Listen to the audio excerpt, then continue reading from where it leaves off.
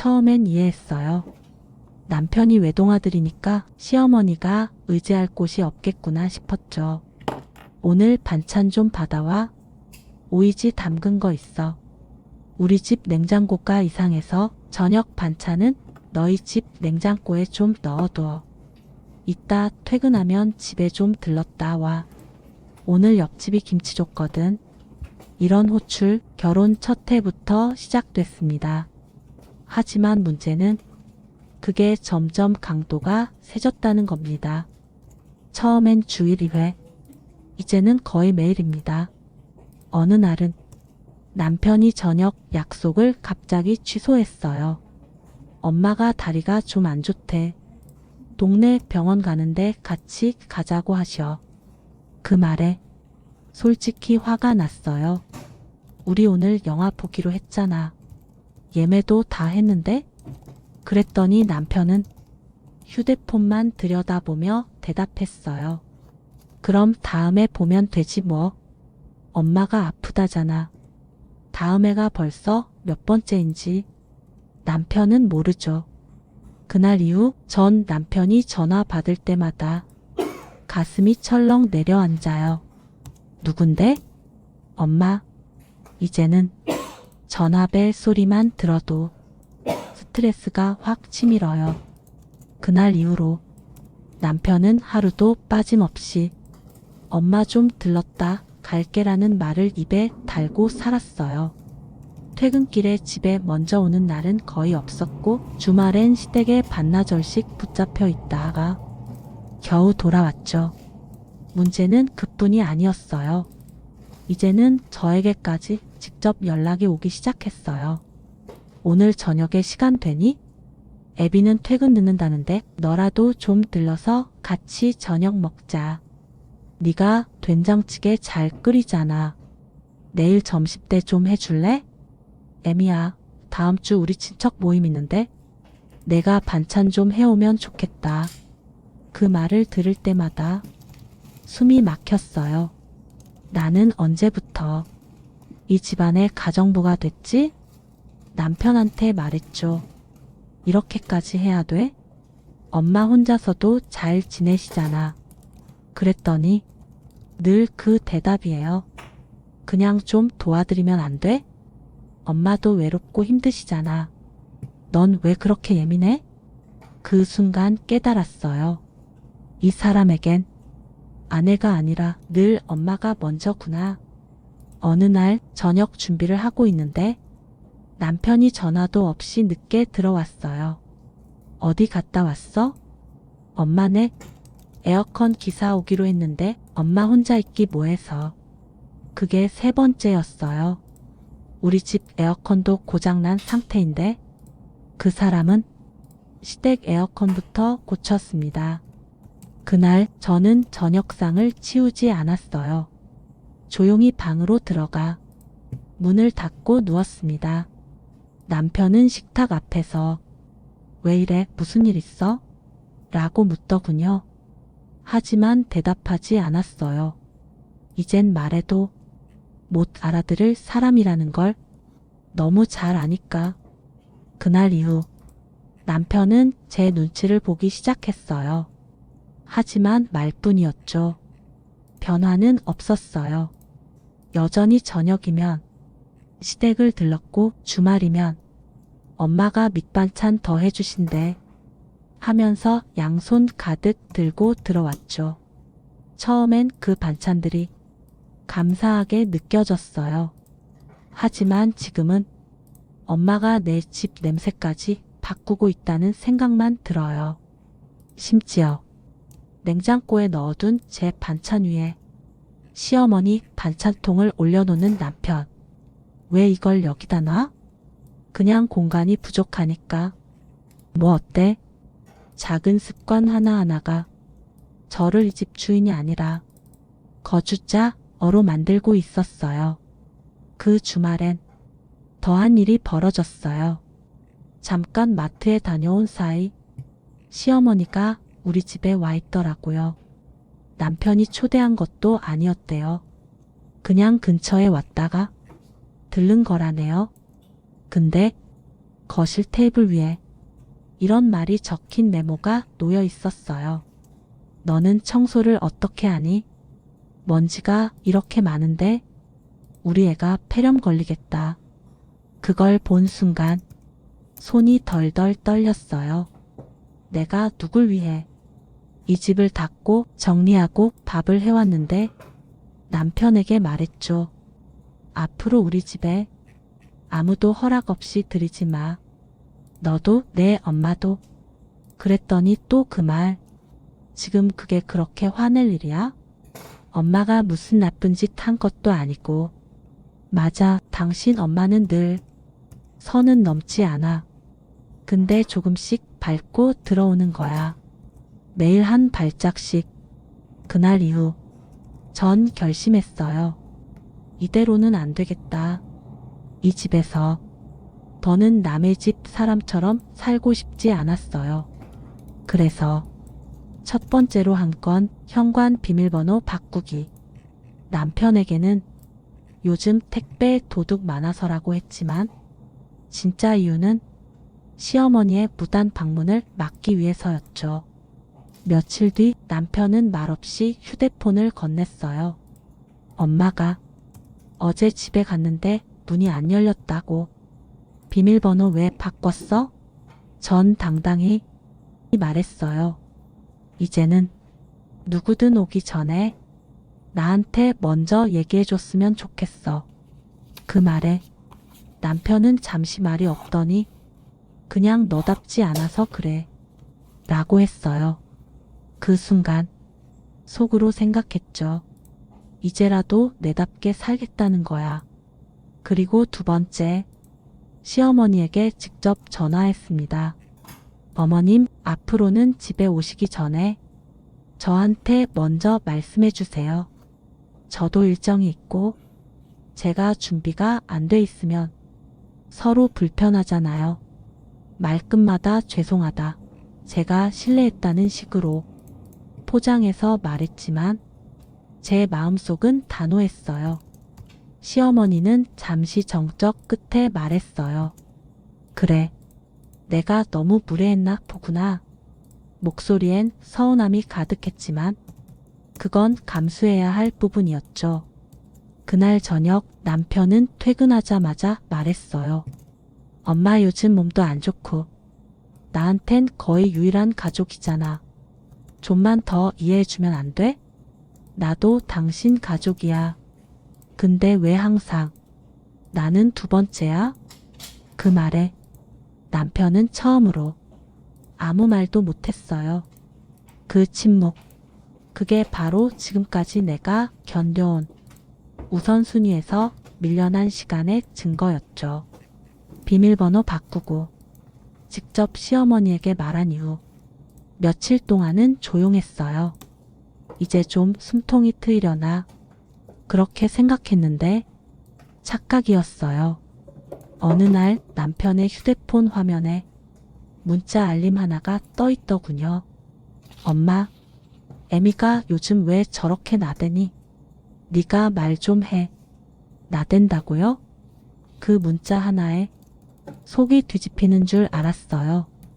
문자를 몰래 본 내가 잘못일까? 아니면 그렇게 이야기하는 시어머니가 정말 너무한 걸까? 그리고 남편은 그걸 아무렇지 않게 넘기고 있었다는 게 가장 큰 충격이었어요. 이 문자 봤어. 제가 조용히 말하자 남편은 순간 눈빛이 흔들렸어요. 그냥 엄마가 욱해서 한 말이야. 별 뜻 없어. 당신은 그런 말을 듣고도 엄마 그건 너무했어. 한마디도 안 했다는 게 문제야. 그냥 피곤하니까 일 키우기 싫었어. 그 한마디에 모든 게 무너졌어요. 그래, 나는 당신 인생에서 항상 피하고 싶은 존재였던 거지. 그날 밤 방문을 닫고 불도 켜지 않은 채 침대에 누워 있었어요. 눈물도 안 나왔어요. 그냥 공허했어요. 시댁 문제로 부부 사이가 틀어지고 내 감정이 무너지는 걸 수없이 들었지만 설마 내가 그런 사람이 될 줄은 몰랐어요. 다음 날 시어머니는 저녁쯤 또 전화를 걸었어요. 애미야, 내일은 좀 시간 되니? 장 보러 같이 가자. 너무 무거워서 그래. 순간 제 입에서 이런 말이 나왔어요. 어머님, 이제는 저도 저 자신 좀 챙겨야 할 것 같아요. 죄송하지만 같이 못 가겠습니다. 정적. 그리고 그래 참.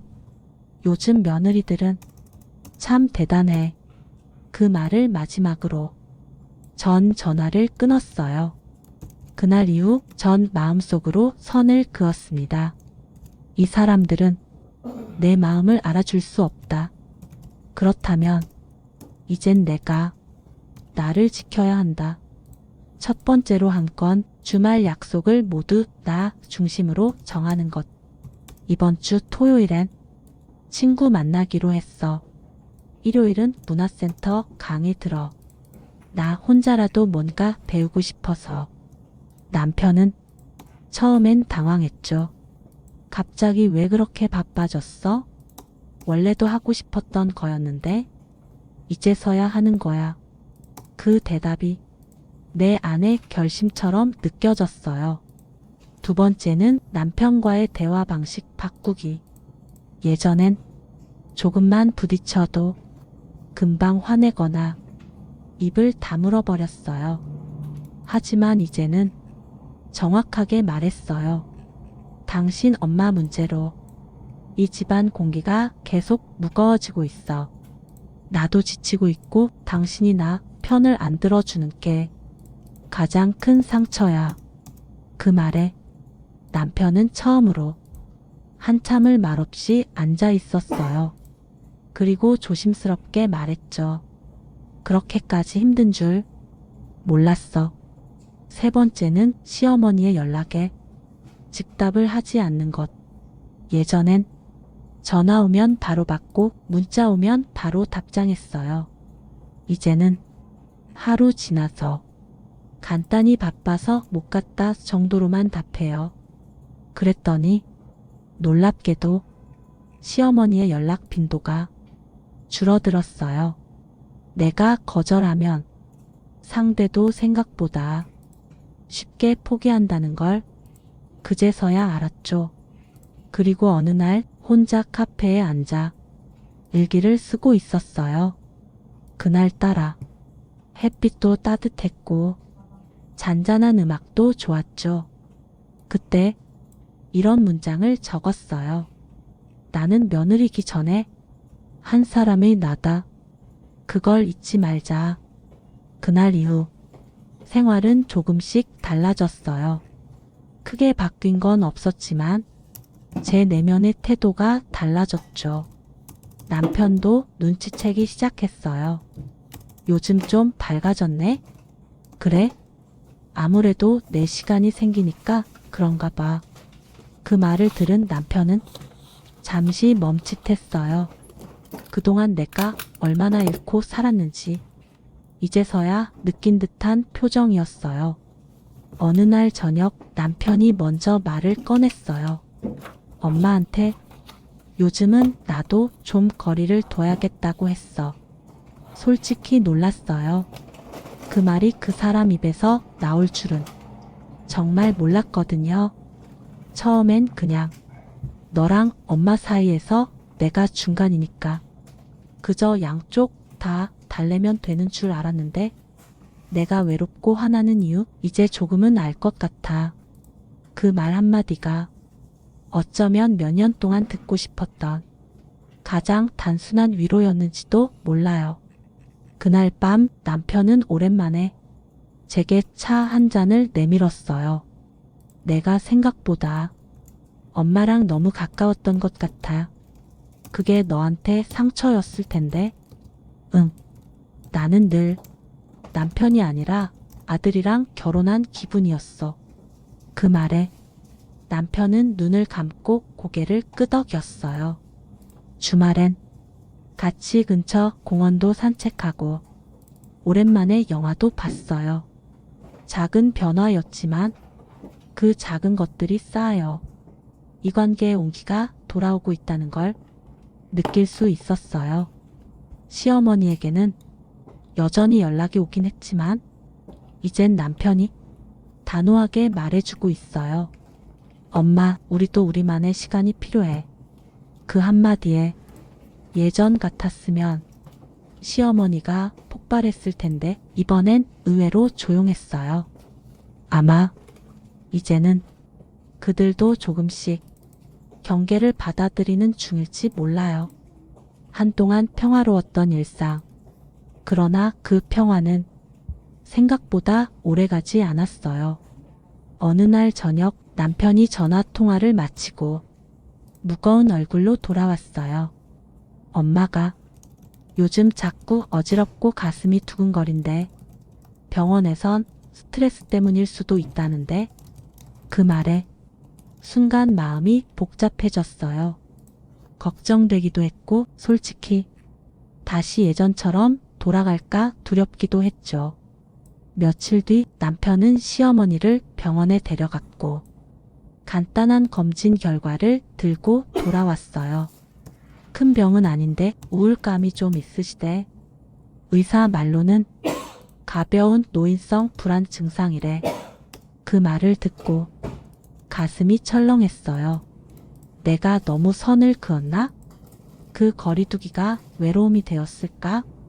죄책감이 밀려왔지만 곧 마음을 다잡았어요. 건강을 걱정하는 것과 모든 걸 받아주는 건 다르니까요. 그날 밤 남편이 조심스럽게 말했어요. 당분간은 엄마한테 좀 더 신경 써주면 안 될까? 전 잠시 생각하다 고개를 끄덕였어요. 도울 수는 있어.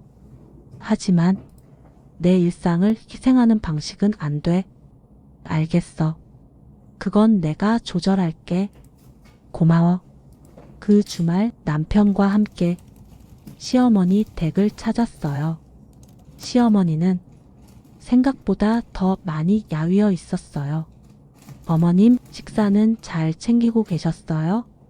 그분은 조용히 고개를 끄덕였고 오랜만에 제 손을 잡았어요. 그동안 내가 너무 내 멋대로였지? 그 말에 어떻게 대답해야 할지 모르겠더라고요. 그래서 그냥 괜찮아요. 저도 좀 예민했었어요. 라고만 했죠. 그날 이후 조금씩 새로운 균형을 만들어가고 있어요. 시어머니는 직접 요청하기보단 남편을 통해 조심스레 전하고 저도 도울 수 있는 선에서는 거절하지 않으려 노력해요. 그리고 무엇보다 중요한 건 이젠 내 마음을 우선순위에 두기 시작했다는 것. 시간이 지나며 조금씩 서로에 대한 온도가 변해가고 있었어요. 시어머니는 이전처럼 무작정 부르지 않았고 저도 정해진 선 안에서는 조용히 돕고 있었죠. 어느 날 남편이 집에 들어오며 작은 상자를 내밀었어요. 엄마가 주신 거야. 직접 쓰신 편지래. 편지라니 의외였어요. 이분이 이렇게 직접적으로 마음을 표현하는 스타일은 아니었거든요. 상자를 열자 예전 가족 사진 한 장과 짧은 손편지 한 통이 들어 있었어요. 살다 보니 나도 참 외로운 사람이더라. 늙는다는 건 누군가를 계속 보내는 일 같아. 그래서 너희라도 곁에 두고 싶었던 건데 그게 부담이었구나. 미안하다. 나도 이제 조금은 멀리서 지켜보는 법 배우려고 한다. 편지를 읽고 가만히 앉아 있는데 문득 이런 생각이 들었어요. 이 사람이 어떻게 살아왔길래 사랑을 이렇게 요구할까? 그날 밤 남편과 함께 이야기했어요. 이제야 어머님이 사람이 보이는 것 같아. 우리 엄마도 늘 센 척했지만 혼자였을 거야. 아빠 돌아가시고 나는 결혼하고 그 외로움을 너한테 던졌던 거야. 그 말에 저도 고개를 끄덕였어요. 이제는 정해진 선 안에서 우리 방식대로 가족해볼게. 다음 주 시어머니 생신이었어요. 예전 같았으면 부담스럽게 느껴졌을 행사지만 이번엔 제가 먼저 준비했어요. 소박한 미역국, 작은 케이크 하나. 시어머니는 말없이 웃으셨어요. 그리고 처음으로 제게 이런 말을 하셨어요. 내가 우리 집에 와줘서 고맙다. 그날 생신상을 준비하고 돌아오는 길 남편과 나란히 걸으며 문득 이런 생각이 들었어요. 지금이야말로 내가 내 인생의 중심으로 돌아온 시간 같다.